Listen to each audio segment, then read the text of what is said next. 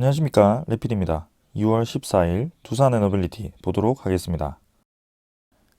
먼저 증시 보겠습니다. 코스피는 0.53% 상승했고요. 코스닥은 0.91% 상승했습니다. 오늘 이제 기관 투자자가 매수를 좀 해주었고요. 계속해서 지금 코스피와 글로벌 증시 전체가 어느 정도 자리를 잡고 유지를 하고 있습니다. 특히 이제 미국 증시는 오늘 상승을 좀 했는데요. 오늘 밤에 CPI 발표가 된다라고 합니다. 그래서 소비자 물가 지표가 이제 발표가 되면 거기에 대해서 이제 시장이 좀 움직일 수 있고요. 예상치보다 이제 높게 나올 수 있다라는 그런 우려감 때문에 시장이 그동안 좀 약세를 보였는데 오늘 당일에는 좀 이제 반등을 하면서 마무리가 되었습니다. 그러나 여전히 이제 그 CPI에 대해서 집중을 좀 하고 있고 소비자 물가 지표가 예상치에 부합을 하는지 아니면 더 낮게 나오는지 더 높게 나오는지를 좀 지켜봐야 될 것 같습니다. 그러나 지속적으로 말씀드리는 것은 지금은 뭐 저 지표가 움직임에 따라서 시장이 뭐 단기간에는 뭐 올라갈 수도 있고 떨어질 수도 있고 이런 자리이긴 합니다만 결국에는 시장의 방향은 물가가 떨어지는 방향으로 진행이 될 것이다라는 것입니다. 그래서 CPI가 좀 높게 나온다면 금리 인상을 좀 더 유지를 하고 거기에 대해서 이제 물가가 떨어질 때까지 지속을 할 겁니다. 그래서 시간이 흘러감에 따라서 결국에는 시장은 정상화되는 방향으로 갈 것이고 거기에 대해서 우리의 투자 이 시장도 결국에는 정상화가 되어 갈 것입니다. 자, 그래서 지금은 이제 박스권 상단에 위치를 하고 있고요. 2500선을 오늘도 이제 넘지를 못하고 음봉으로 마무리가 되었습니다. 그래서 자, 여기서 3번 정도 저항을 좀 맞으면서 4번 정도네요. 저항을 맞으면서 조금씩 이제 밀려나고 있었는데 자, 아주 수렴 구간을 잘 만들었습니다. 그러나 오늘 CPI 지표 발표에 따라서 이렇게 이제 음봉이 나올 것인지 아니면 이제 조금 더 상승해서 2500선을 뚫고 나갈 것인지 이 정도가 결정되지 않을까 싶습니다.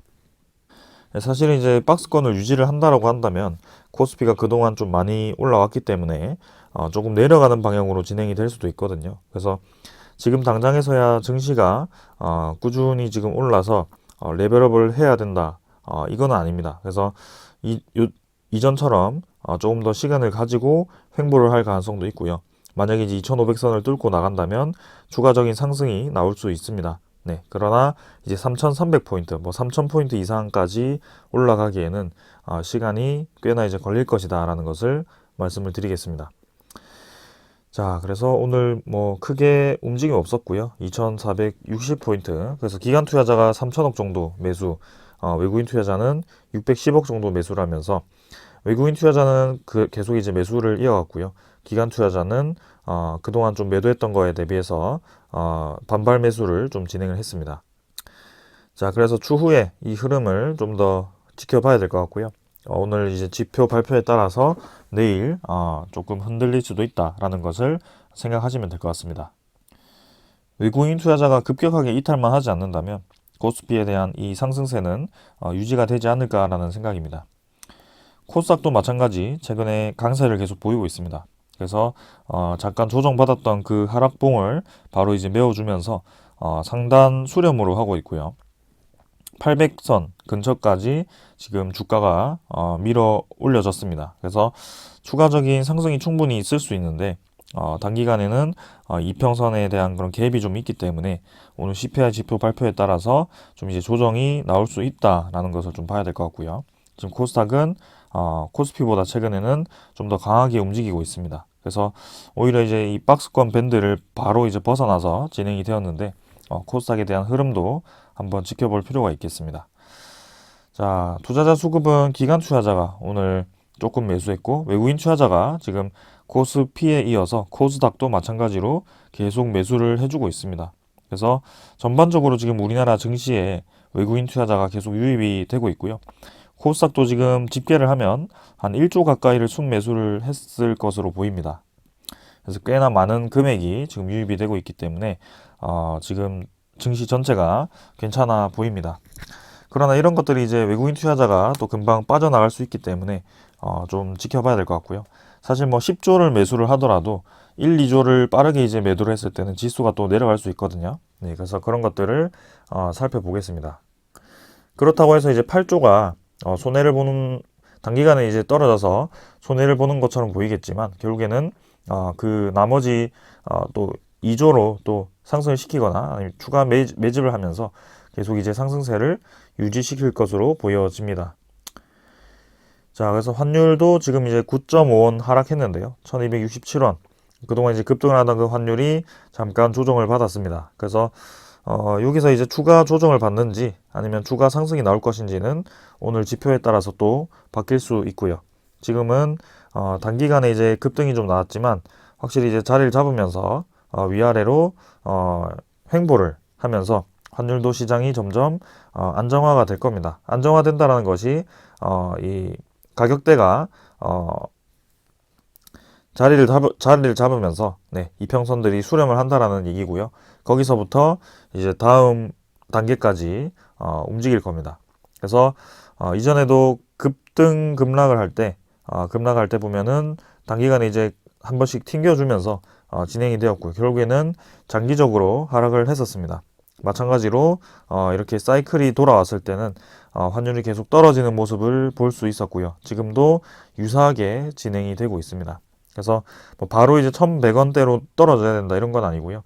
시간이 갈수록 그 1,100원에 가깝게 수렴을 할 가능성이 크다. 그래서 추후에 이제 이 금리 정책이 어떻게 진행될 것인가에 따라서도 가격대에 영향을 많이 받을 것 같습니다. 그래서 경기가 생각보다 잘 버틴다면 금리 인상이 계속 유지가 될 것이고 경기가 조금 침체가 되면서 빠르게 이제 금리 인하를 해야 되는 그런 상황이 온다면 빠르게 이제 금리 인하를 하면서 환율이 떨어질 겁니다. 네. 그래서 언제까지 계속 이제 고금리를 유지를 할 수 없기 때문에 분명히 이제 금리를 떨어뜨려야 되는 시기가 올 것이고 거기를 좀 집중을 하면 될 것 같습니다. 자, 지수 선물은 미국 증시는 약 보합 상승 중이고요. 유럽 증시는 마찬가지입니다. 약 상승 중입니다. 그래서 CPI 지표를 기다리면서 지금은 보합 수준으로 진행이 좀 되고 있고요. 어떻게 흘러가는지는 지금 오늘 당장은 뭐 CPI 지표에 영향을 받겠지만 전체적인 시장 분위기는 확실히 정해져 있습니다. 그래서 오늘 발표에 대해서 너무 집중할 필요도 없고 거기에 대해서 흔들릴 필요도 크게 없습니다. 좋게 나오면 좋은 거고요. 나쁘게 나오면 조금 금리 인상을 유지를 한다. 이 정도로만 이해를 하시면 되겠습니다. 자, 그 다음에 이제 뭐 국채 금리도 3.69%, 3.7% 수준에서 유지를 하고 있고요. 어느 정도 유지를 한 지가 꽤 되었습니다. 그래서 작년 말부터 해서 이미 이 가격대가 이 수치가 유지가 되었기 때문에 더 이상 이제 상승세를 이어갈 것 같지는 않고요. 여기서 떨어질 확률이 높아지고 있습니다. 국채 금리 떨어지고 환율이 떨어지고 그래서 그런 시기를 천천히 기다리면 되겠습니다. 자, 오늘은 여기까지 증시 보고 종목으로 넘어가도록 하겠습니다. 두산에너빌리티 보겠습니다. 240원 상승해서 1.5% 상승했고요. 15,960원으로 마무리되었습니다. 오늘 뭐 크게 움직임 없었고요. 마찬가지. 오늘도 무난하게 그냥 코스피 움직임 따라서 진행이 되었다라고 볼 수 있겠습니다. 그래서 시간의 거래량도 뭐 평소보다 더 줄어드는 것 같고요. 15,980원 정도로 20원 정도 올랐는데요. 크게 의미 없이 진행이 되었습니다.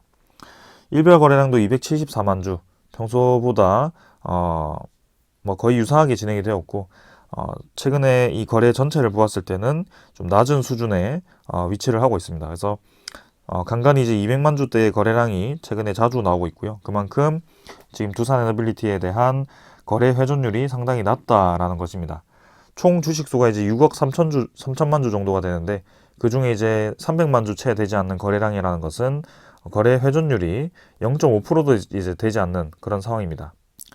그래서 거래가 많이 일어났을 때는 상당히 이제 거래가 탄탄하게 붙어주는 종목이었기 때문에 특히 이제 5천만 주 정도까지 바짝 올려주면서 거의 10% 가까이의 회전율을 보여주는 종목이었기 때문에 충분히 이제 그런 시기가 올 수 있다라는 것이고요. 지금은 단지 그냥 크게 움직임이 없는 흐름이 이어지고 있고 그 매수를 하는지 매도를 하는지 뭐 그런 세력들이 큰 움직임 없이 계속 진행을 시키고 있다. 이렇게 이해를 하시면 되겠습니다. 그래서 계속 이제 떨어지고 있고요. 거래량이 어느 순간 이제 거래량이 신호를 줄 것이고 거기에 대해서 두산 에너빌리티뿐만이 아니고 이 관련 종목들이 같이 움직일 것이다라는 것을 말씀을 계속 드리고 있습니다. 그래서 천천히 한번 접근을 해보겠습니다. 자, 오늘도 마찬가지 뭐 크게 변화가 없었기 때문에 간단하게 보겠습니다. 자, 양훈구름선을 둥글게 이제 만들어가면서 쌍바닥 형식으로 주가를 좀 반등을 시켰습니다.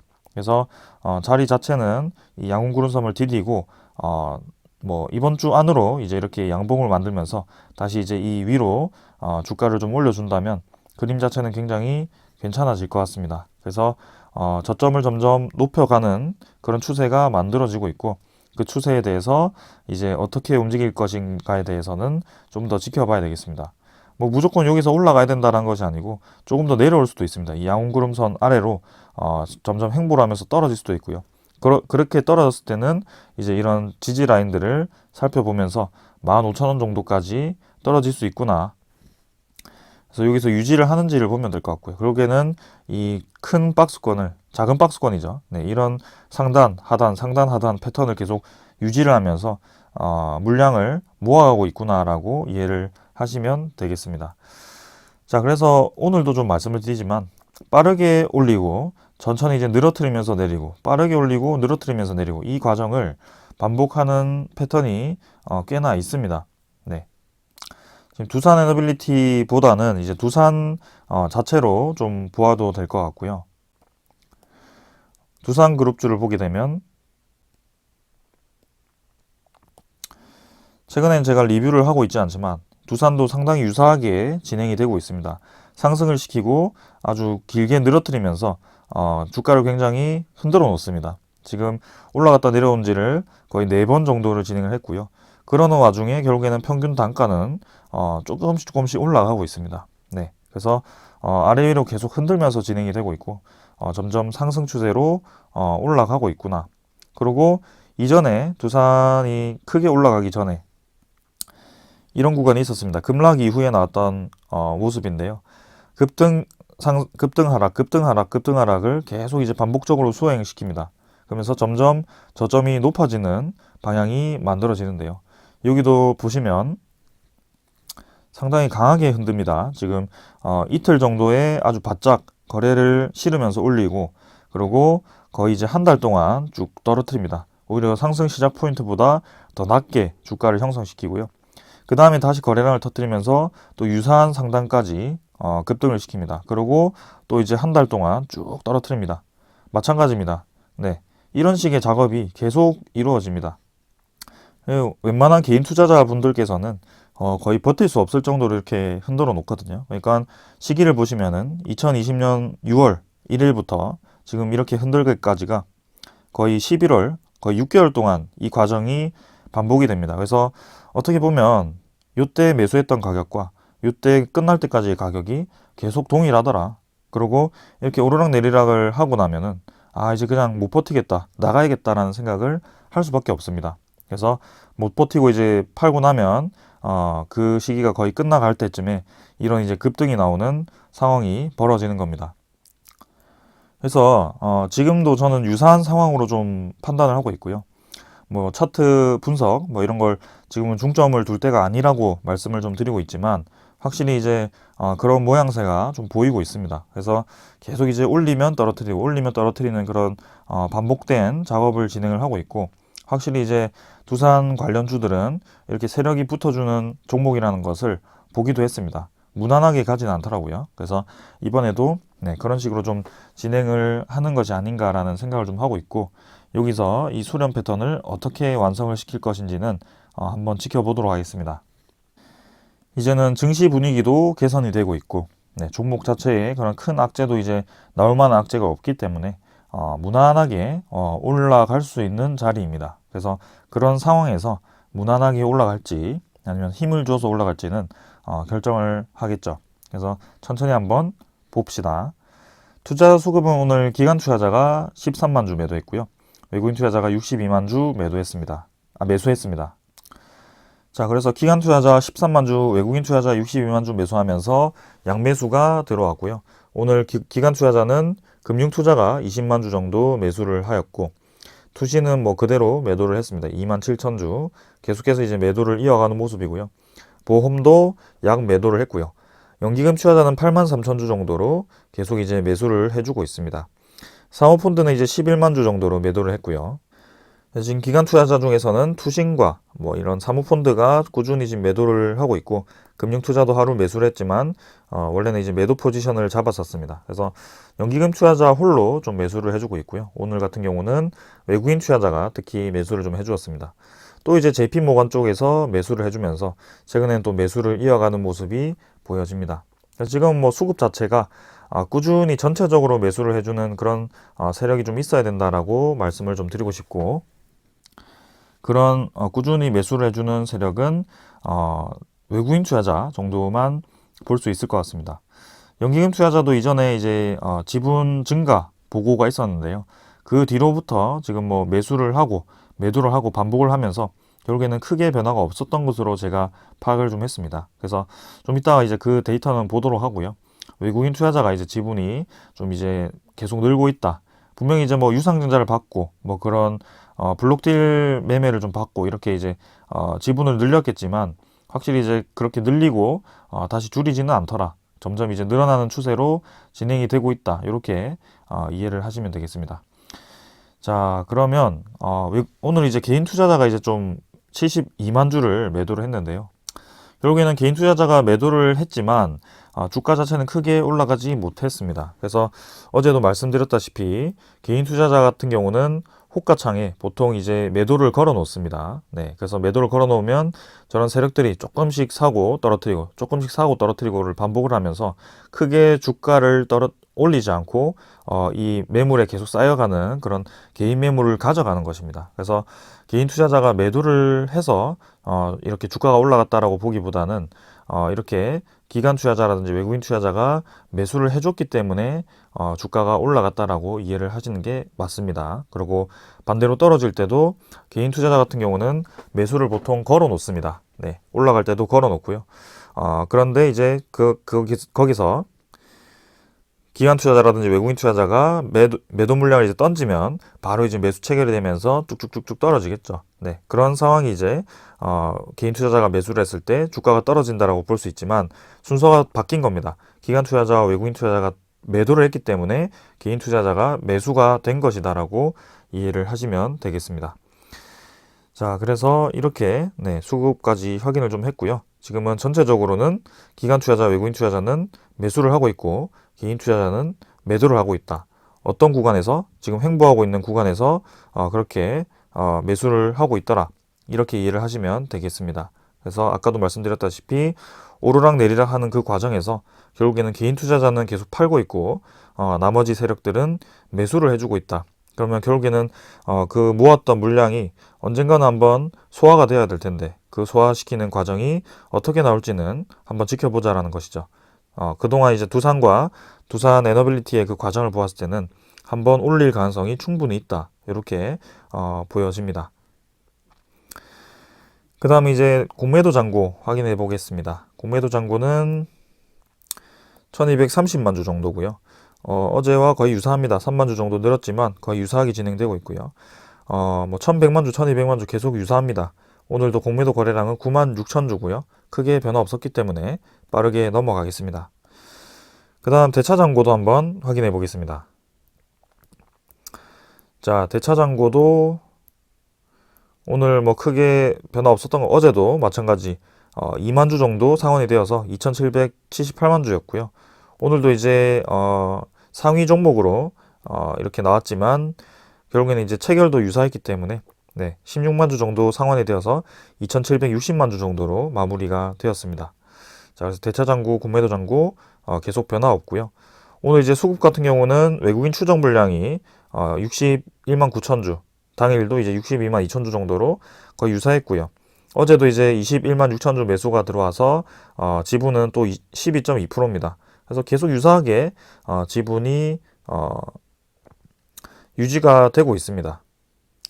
그래서 이 지분 자체는 조금씩 계속 상승하는 방향으로 진행이 되고 있다는 점을 말씀을 드렸었습니다. 자, 아까 연기금 투자자에 대한 지분을 제가 말씀을 좀 드렸는데요. 그 전에 외국인 투자자에 대한 지분을 다시 한번 보겠습니다. 지금 이제 12.23%뭐 이렇게 이제 유지가 되는데요. 최근에 뭐 거의 한 달 내내 12%대, 23%대, 2%대, 1%대를 왔다 갔다 했습니다. 그래서 뭐 이렇게 짧게 보면 크게 변화가 없습니다. 그러나 조금씩 이제 넘어가면 네, 이때는 이제 10%대였죠. 작년 8월 때는 9%, 10%대였고요. 그 다음은 이제 9%대, 작년 5월 달은 9%대였고요.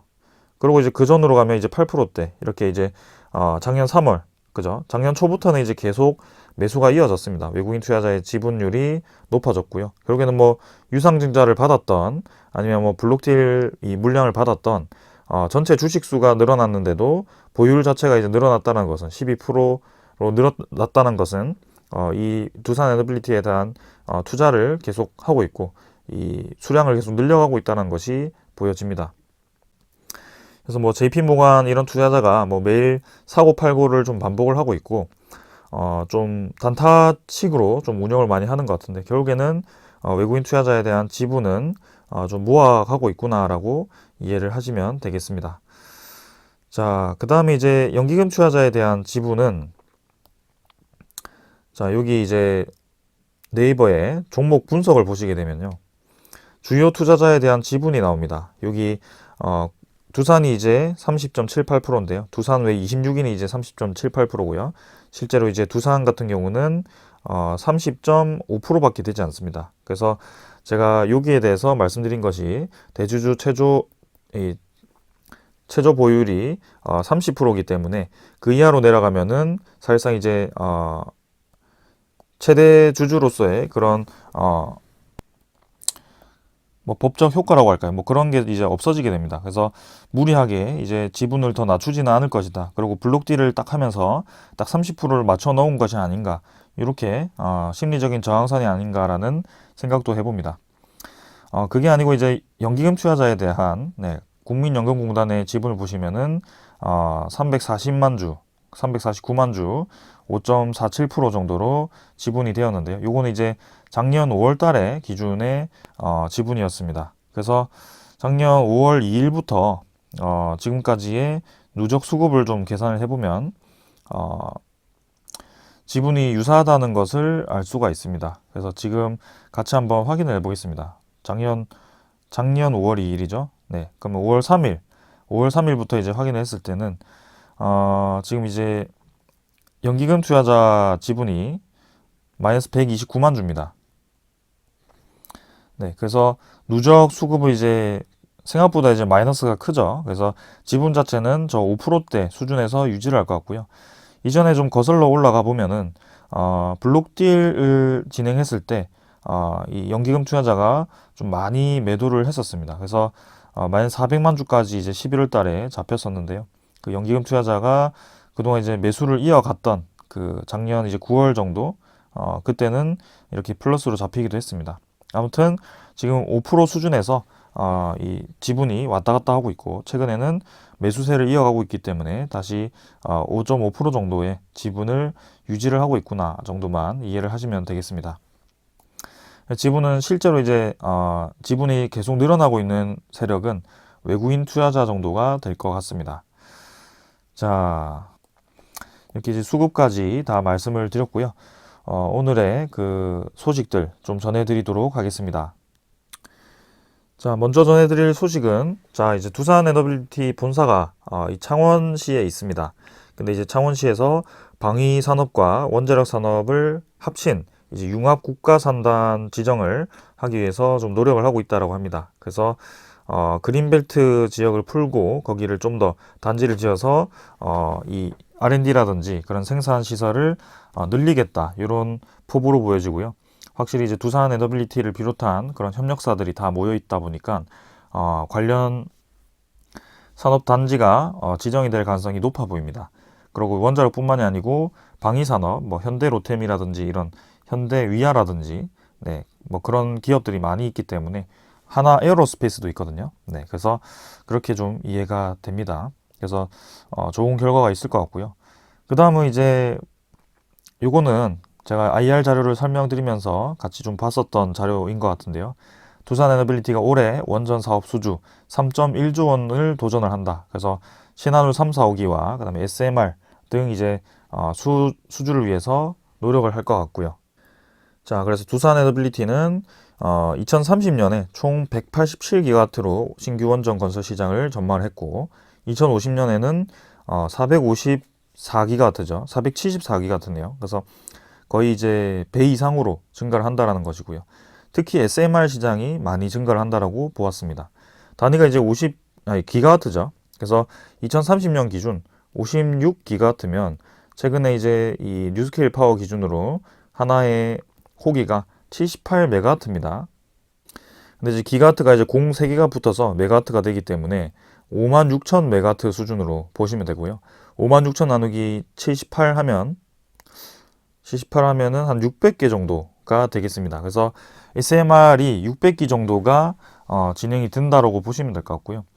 지금 이제 뉴스케일 파워가 이제 초도기를 짓고 올해부터 본격적으로 그 미국 쪽의 아이다호주 이 사업을 진행을 합니다. 거기에 대해서 이제 두산 에너빌리티가 수주를 받을 것으로 예상이 되고 그 규모가 이제 6천억 정도로 기자재가 수주가 될 겁니다. 거기 단지가 이제 총 12개였나요? 6개였나요? 네, 그 정도 수준인데요. 그게 이제 600개까지 늘어나려고 하면 상당히 이제 시장이 커지는 거죠.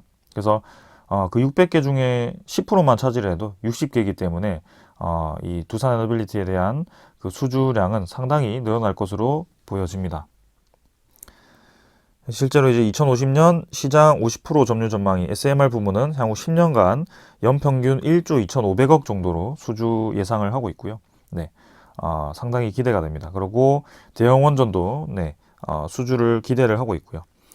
자, 그 다음에 이제 실제로 원전뿐만이 아니고 이 가스터빈 사업도 기대가 된다라고 하고요. 올해 이제 보령신 복합발전소와 분당열 병합발전소를 수주를 앞두고 있다라고 합니다.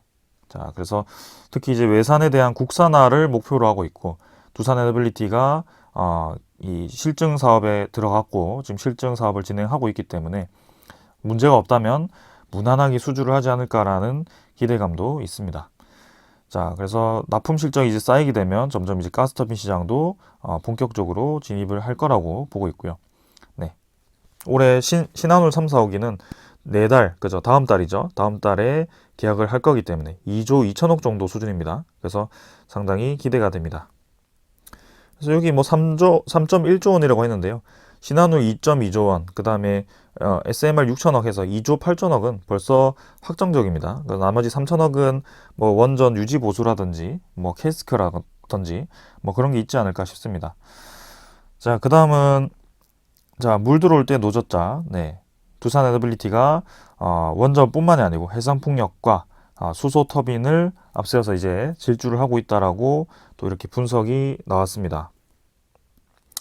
특히 올해 신규 수주 예상액을 8조 6천억으로 잡았고요.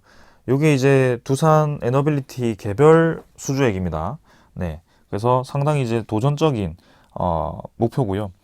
두산 밥캣, 두산 퓨얼셀을 제외한 거기 때문에 지금 그룹 전체 연결로 하면은 상당히 많은 금액을 수주할 것으로 예상이 됩니다. 특히 주목을 하는 것은 원자력도 원자력이지만 최근에 좀 주목을 많이 받고 있는 해상풍력 시장이죠. 지금 아리백이라든지 뭐 신재생에너지도 빠르게 이제 늘리는 추세이기 때문에 전 세계적으로 거기에 대해서 두산 에너빌리티가 원자력만 올인한 게 아니고 해상풍력도 일찌감치 투자를 했습니다. 그래서 초대형 해상풍력 너셀 조립과 시공 및 유지 보수 O&M 서비스, 그러니까 이 해외 국내 해상풍력 1위 기업 지멘스 가메사와 이 분야를 기술 협력을 하기로 했죠. 그래서 유지 보수라든지 그런 생산 자체를 두산 에너빌리티와 함께 협력할 가능성이 크고 두산 에너빌리티의 그런 생산 공장에서 이 해상풍력을 생산할 가능성도 충분히 있습니다. 지멘스 가메사라든지 그런 기업들이 실제로 이제 우리나라의 CS 윈드와 협력을 하고 있는데요. CS 윈드 같은 경우는 그 해상풍력의 그 위쪽 돌아가는 부분인가요? 네, 그 부분을 이제 담당하는 것으로 제가 이해를 하고 있고요. 실제로 이제 두산 에너빌리티는 블레이드라든지 아니면 저런 유지 보수라든지 아래쪽에 이제 모노파일이라든지 그런 것들을 또 수행할 수 있기 때문에 CS 윈드와는 또 다른 분야의 이 내용입니다. 그래서 지금 이제 8메가와트급 실증 사업을 진행하고 있고, 그 이상도 이제 이 지멘스 가맹사와 협력을 하고 있기 때문에 우리나라의 이제 국내 원자력 그 해상풍력 시장이 또 확대가 되었을 때 또 큰 기대감이 보여집니다. 그리고 베트남 시장에서도 두산 에너빌리티가 진출을 준비를 하고 있고요. 실제로 이제 지멘스 가맹사와 그 CS 윈드가 베트남 이 해상풍력 제작 관련해서 아주 큰 규모의 이 수주를 그 계약을 했었습니다. 그래서 그런 과정에서 또 국내를 넘어서 이제 또 베트남 시장까지 또 그런 두산 에너빌리티와 협력을 하게 된다면 해상풍력 시장이 상당히 이제 효자 종목으로 효자 분야로 진행이 되지 않을까라는 기대감도 있습니다. 자, 그렇다고 한다면 자, 해상풍력을 하는 거는 알겠는데, 그럼 두산 에너빌리티가 이 해상풍력을 얼마나 생산할 수 있는가에 대해서 의문을 가질 수가 있습니다. 그래서 지금 사업 보고서가 계속 나오지 않아서 사업 보고서는 좀 더 시간이 필요할 것 같고요. 3분기까지의 그런 데이터를 좀 가지고 다시 한번 얘기를 해보겠습니다. 사실상 이제 그 생산 능력은 그대로 나와 있는 상황이기 때문에 여기서 보아도 될 것 같거든요. 자, 원자료 및 생산 설비입니다. 일단 원자료 관련해서 내용을 좀 살펴보시면은 아무래도 인플레이션이다 보니까 58기 약 2년 전, 지금 이제 3년 조금 다 돼가고요. 3년 덜 됐겠네요. 네. 아무튼 이 원자재 가격 대비 지금 현재 원자재 가격이 상당히 이제 높죠. 그래서 최소 이제 10%고요. 20% 이상 이렇게 좀 가격들이 다 올랐습니다. 거의 대부분이. 네. 실제로 이제 두산 에너빌리티의 자재 및 외주비를 보시면은 네. 대부분이 93.37%가 이 자재 및 외주비로 이제 금액이 쓰이고요. 그 금액 전체를 보시면 거의 3조에 가까운 금액입니다. 그만큼 이제 이 원자재 가격이 올라갔을 때 상당히 이제 영향이 있죠. 그래서 지금 이제 거의 20%까지 올랐다라고 했을 때는 이 3조에 가까운 금액의 20% 정도라고 한다면 6천억 정도가 될 수 있겠습니다. 그만큼 이제 이 두산 에너빌리티에 미치는 영향이 크다라는 것이고요. 뭐 이때는 이제 굉장히 낮은 가격이었기 때문에 지금과 절대적으로 비교하기는 좀 어렵겠지만, 그래도 10% 정도라고 떨어진다고 생각했을 때는 3천억 정도는 물가가 좀 떨어지면은 그래도 돌아오지 않을까, 네, 수익성이 개선되지 않을까라는 생각입니다. 그래서 지금도 사실 이제 고물가가 유지가 되고 있지만 점점 이제 저기에 대해서는 개선이 될 겁니다. 자, 그리고 이제 두산 에너빌리티에 대한 이 생산 능력을 봐야 되죠. 원자로라든지 증기 발생기는 7000메가와트입니다. 그래서 보통 이제 1400메가와트급 5호기 정도를 1년에 생산할 수 있고요. 신한울 3, 4호기 1400메가와트급이죠. 그래서 그 두 개는 충분히 연간 생산 능력에 차지를 하고도 남습니다. 그래서 세 개를 더 만들 수 있다는 것이고요. 그 다음에 이제 뭐 보일러 이거는 넘어가고, 자, 스팀 터빈도 넘어가겠습니다. 지금 이제 우리가 중요하게 보고 있는 것은 해상풍력인데, 가스터빈도 한번 보겠습니다. 자, 270메가와트급 이 기준으로 10개를 만들 수 있습니다. 가스터빈 같은 경우도 화력발전소 이제 메가와트급을 보면 270메가와트급 1개 정도 혹은 2개 이 정도가 들어갈 것 같습니다. 그래서 이 뭐 석탄 발전이라든지 가스터빈, 이 LNG 가스터빈 그쪽에 들어갔을 때는 충분히 수주를 많이 하더라도 커버를 할 수 있습니다. 자, 그 다음에 이제 뭐 넘어가서 풍력 발전 관련해서 보면은, 자, 기준 용량 5.56메가와트급으로 기준을 했을 때 연간 생산 능력이 20개입니다. 총 83메가와트급으로 제작이 가능하다. 83메가와트급이 아니죠. 지금은 이제 3분기까지라서 83이고 다 하면 이제 111 정도가 될 것 같습니다. 그리고 3.3메가와트급은 33기를 이제 제작이 가능하다라는 것입니다. 그래서 이번에 이제 8메가와트급이 되면 아무래도 한 뭐 12기, 13기 정도 생산할 수 있지 않을까라는 생각이고요. 그렇게 따지고 보면 해상풍력 시장이 지금 거의 수십 기가와트, 수백 기가와트급으로 지금 커지는 상황에서 두산 에너빌리티가 수주를 한다면 지금 1년 내내 돌려도 이제 100메가와트급밖에 돌리지 못하는데 상당히 이제 오래 걸리죠. 그 부분을 채우려면. 그래서 제가 지금 요 생산 능력이 그때 풍력 2 공장을 증설을 한다라고 했을 때 거기까지 반영이 된 수치인지는 정확하게 파악을 못 하겠습니다. 네. 그래서 그 수치는 한번 제가 찾아보도록 하고요. 아무튼 두산 에너빌리티는 연간 한 20개 정도, 네, 큰 모델 한 뭐 12개, 13개 정도 진행을 할 수 있구나라고 이해를 하시면 되겠습니다. 그래서 우리나라 시장으로 보았을 때 원전 뭐 1400메가와트급이니까 1.4기가와트, 원전 하나가 1.4기가와트인데요. 그 원전 10개 정도를 해상 풍력을 늘린다고 했을 때는 14기가와트입니다. 근데 이제 1400메가와트급을 지금 감당하기 위해서는 두산 에너빌리티 하나가 감당하기 위해서는 상당히 많은 시간이 걸리죠. 그래서 지금 아마 이 모든 걸 감당하기 위해서는 이 좀 더 두산 에너빌리티가 생산 능력을 확대를 하거나 혹은 저기 이제 지멘스 가메사와 협력을 한 이유도 생산 시설이 아마 더 클 거고요. 지멘스 가메사가 그런 생산을 같이 하고 그리고 O&M 그죠? 유지 관리를 좀 더 높이지 않을까. 기자재 관련해서 집중 생산을 하지 않을까. 뭐 그런 생각도 해봅니다. 그래서 굉장히 이제 전략적으로 지금 접근을 하는 것 같고요. 해상풍력 시장도 많이 기대가 되는 시장입니다. 올해부터 이제 본격화가 될 것으로 보여지고 한번 기다려 보겠습니다.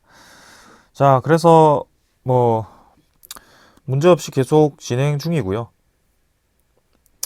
실제로 뭐 주가는 계속 왔다 갔다 하고 있지만 결국에는 움직임이 한번 있을 거라고 기대를 좀 하고 있고 그 시기까지는 천천히 한번 이렇게 두산 에너빌리티에 대한 이 업황 혹은 이 진행 상황을 좀 보면서 기다려 보겠습니다.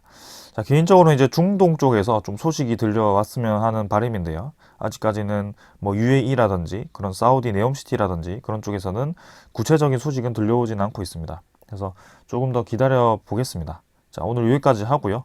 내일 이제 CPI 지표에 따라서 어떻게 또 시장이 흔들릴 수도 있지만 뭐 크게 우리는 염두에 둘 필요가 없다라는 것을 아까 말씀을 드렸고, 네, 전체적인 시장 흐름만 좀 파악을 하시고 두산 에너빌리티가 움직일 때까지는 천천히 한번 템포를 가져가면서 지켜보자라고 계속 말씀을 드리겠습니다. 자, 오늘 여기까지 하고 마무리하겠습니다. 감사합니다.